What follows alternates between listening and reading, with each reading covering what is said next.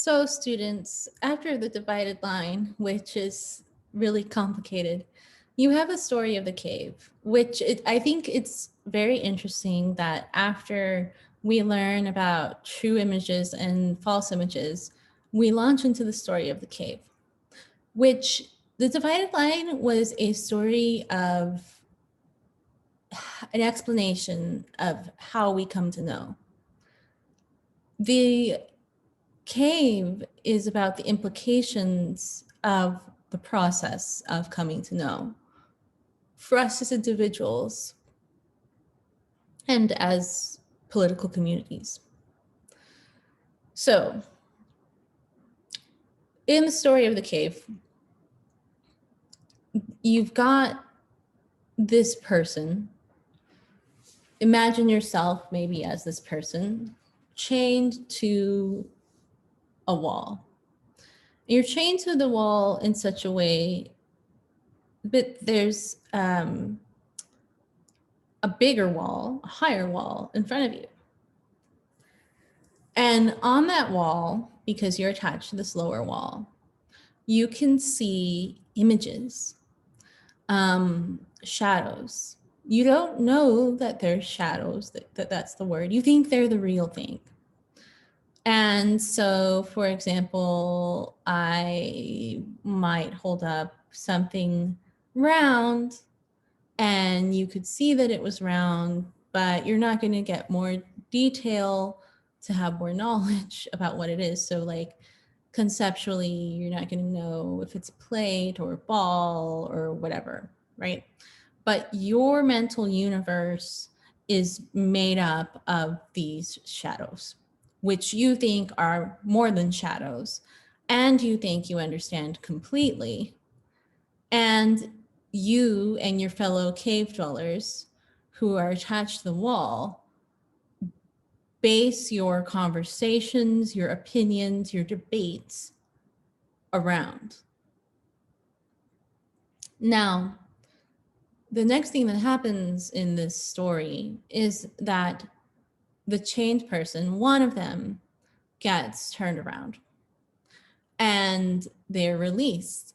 When this happens, for the first time, their eyes are blinded. Their eyes are blinded different times, but meaning they're overwhelmed, okay? And their mind, their senses are overloaded. But what they see as their sight adjusts is that the things that they thought were everything about reality were actually these objects being held up by these people called the puppet masters in front of a fire.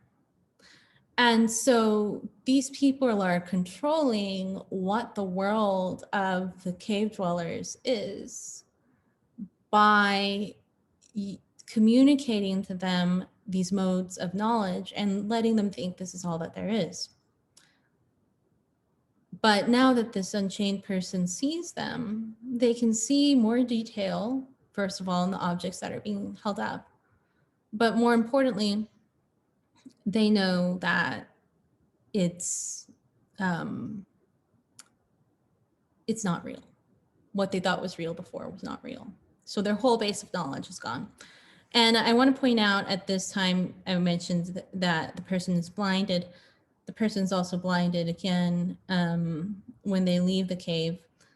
In the story, the person is forced to basically turn around, forced to basically leave the cave. So you have this idea that moving to what is true is painful, and that it's something that we don't do without suffering. And you can see how courage becomes involved there, right? So, and actually at both points of that story, the word conversion is used literally turning.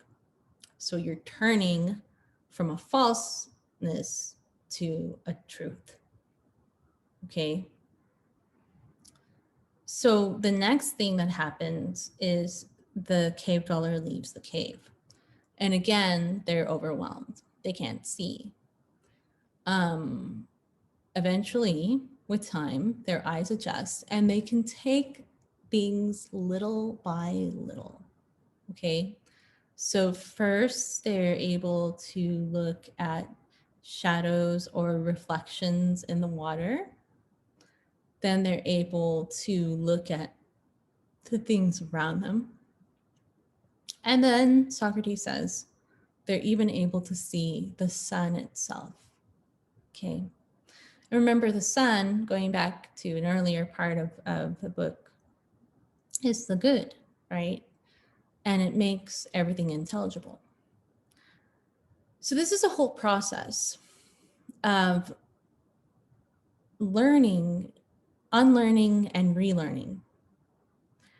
And what the person who has left the cave realizes, and this is from a knowledge perspective, is that they've moved from false knowledge to true knowledge. It's not even like an image, right? In the good sense, because these people are selecting things to control the people in the cave and keep them occupied by it. And they're not interested in rendering some form of the truth to them. So little by little, they've moved up the scale of apprehension, basically. And they know now that in terms of knowledge, what they thought was knowledge before is just sand. But they also know then that a lot of the values they formed are false, because the opinions that they had were based on this knowledge that was imaginary. And so in that world, there would be different debates, different opinions, different customs, and those things would be based on falsehoods. But to the people who live there, they're more real than anything. And so like if they gave an award down there for guessing the right object, right? Or for telling the best stories about the objects.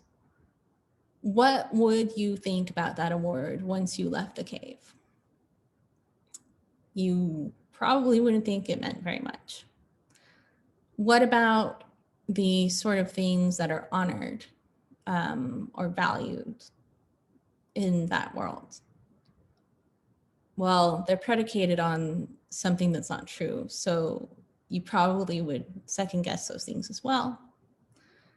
Meaning that the opinion of people who still live there, it's not that you would disdain it, but it's that if they were to tell you you're wrong, you would know that it's not the case that you're wrong. They don't have the capacity for that judgment because of the fact that they've been chained to this wall.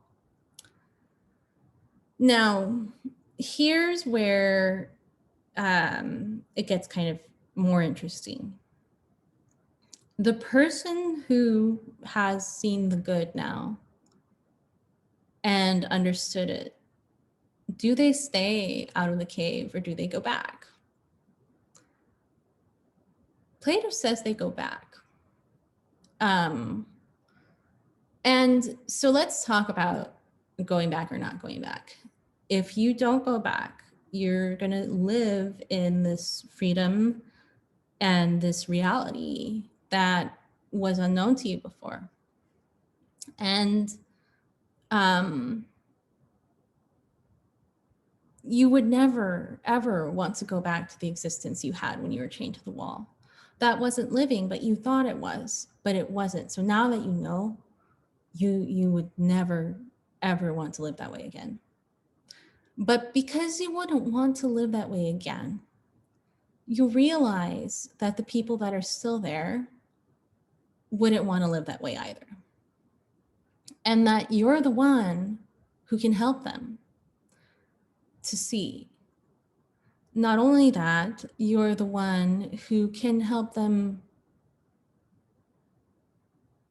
to have a shot at what you've got now, what you've learned. And Plato points out, that the likelihood is that the person who goes back to the cave is probably going to be attacked as somebody who is crazy, as someone who's destabilizing the political system, as somebody who is a revolutionary or causing trouble, and they might die, right?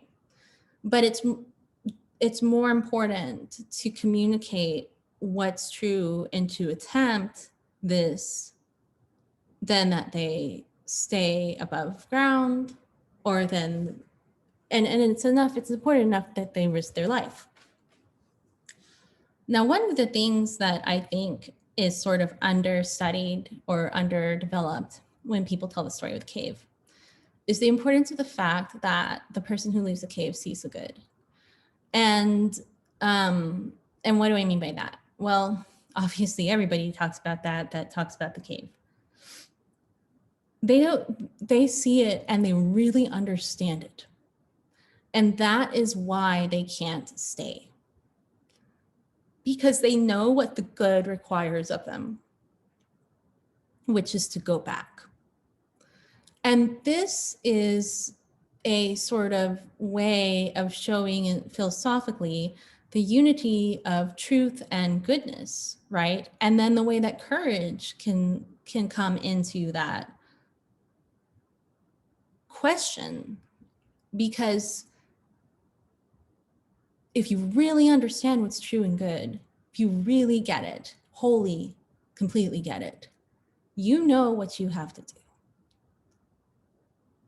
Only someone who didn't totally understand would choose this to do the wrong thing. And that's generally true for Plato for everything. If you really understood the good, if you really apprehended it, it would be whole to you. So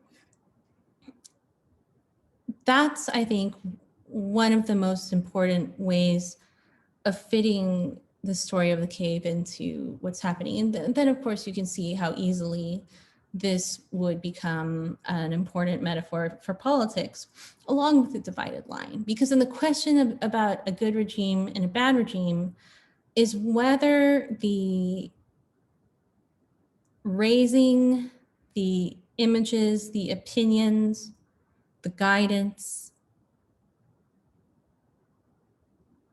whether these things are based on truth or based on falsehoods, and whether they're based on freedom of understanding, or are based on this sort of ignorance that and this force, this compelling, this compulsion. And